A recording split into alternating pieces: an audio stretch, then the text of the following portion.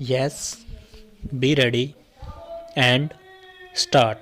It is true that our educational institutions are fulfilling to a certain extent the first objective of education. The alumni of these institutions are no doubt being acquainted with some part of the accumulated wisdom of the past generations, but the purpose for which such acquaintance is undertaken, that is to say, to awaken and strengthen and make more capable the individual mind, is not being fulfilled. Our young men and women of the rising generation are not found to be savvy of thought.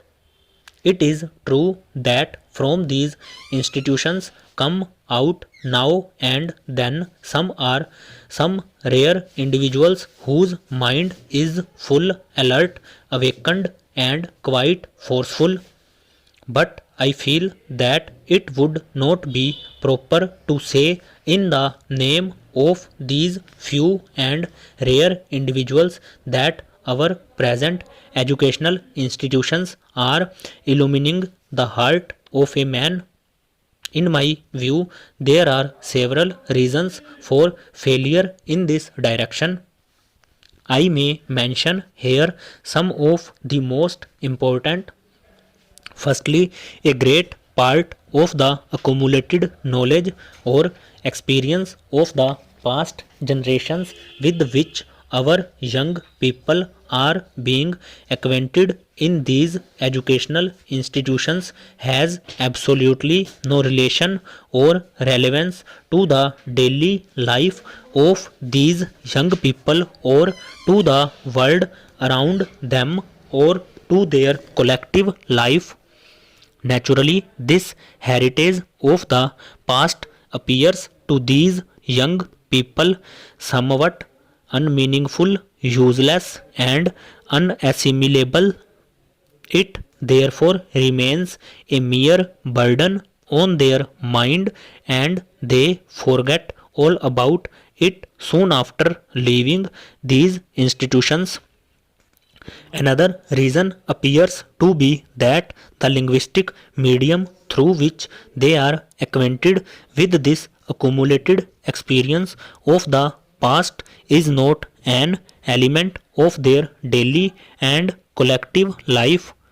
It remains more or less unfamiliar to them in spite of their making all efforts to master it.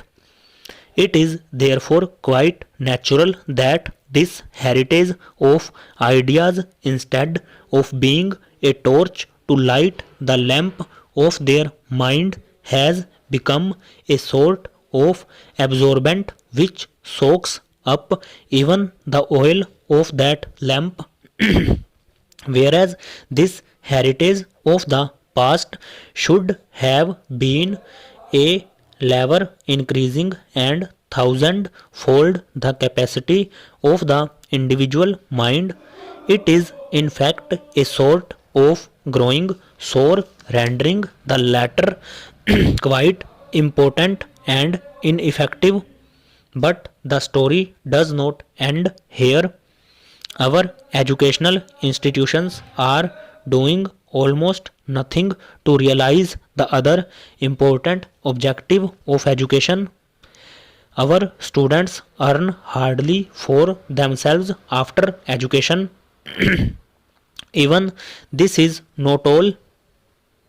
Finding their labor for years to be quite useless and fruitless for their own life, many of our youths are becoming victims of blind discontent and anger. They are not able to see a way out. Moreover, they are not even able to acquire a good acquaintance of the heritage of the past with which these institutions seek to familiarize them. In my view, one of the reasons for the fall in the standards of education of which there is a general complaint today is that our youths do not benefit at all from the education which is being now imparted in our educational institutions. This position has not only corroded our individual life but is also now spreading into our collective life. Our present educational system does not concern itself at all with implanting the essential qualities for a collective life amongst our new generation. So, if in this situation our new generation remains devoid of the qualities essential for collective life, there should be no reason for surprise. Indeed, it appears to me that our present educational system does not at all seem to concern itself with the development of those qualities in our youth which are essential for a good collective life. Our present educational system is thus as unbalanced and ill formed as would appear to be a man with a protruding body and skinny feet and legs. Whatever may be the reason for this, the entire effort of our present day educational institutions seem to be merely to acquaint the students with a very limited aspect of knowledge and not at all to make them skillful at work or good social beings. I therefore believe that amongst other efforts necessary in this system, it is also necessary to establish a balance in its objectives.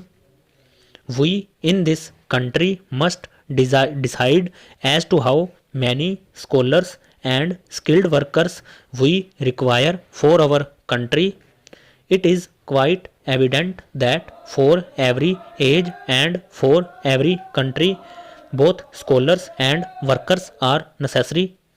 But in the circumstances in which our country is placed today, we are in need of a larger number of skilled workers as compared to more scholars. We have to expand our economic production as early as possible so as to meet the need of the millions of our countrymen. I may also add that amongst the conditions that have to be fulfilled for expanding production are a fairly good standard of health of our people and familiarity with modern economic and industrial organization and process. We have to work right now to realize these three objectives as mentioned earlier. Stop.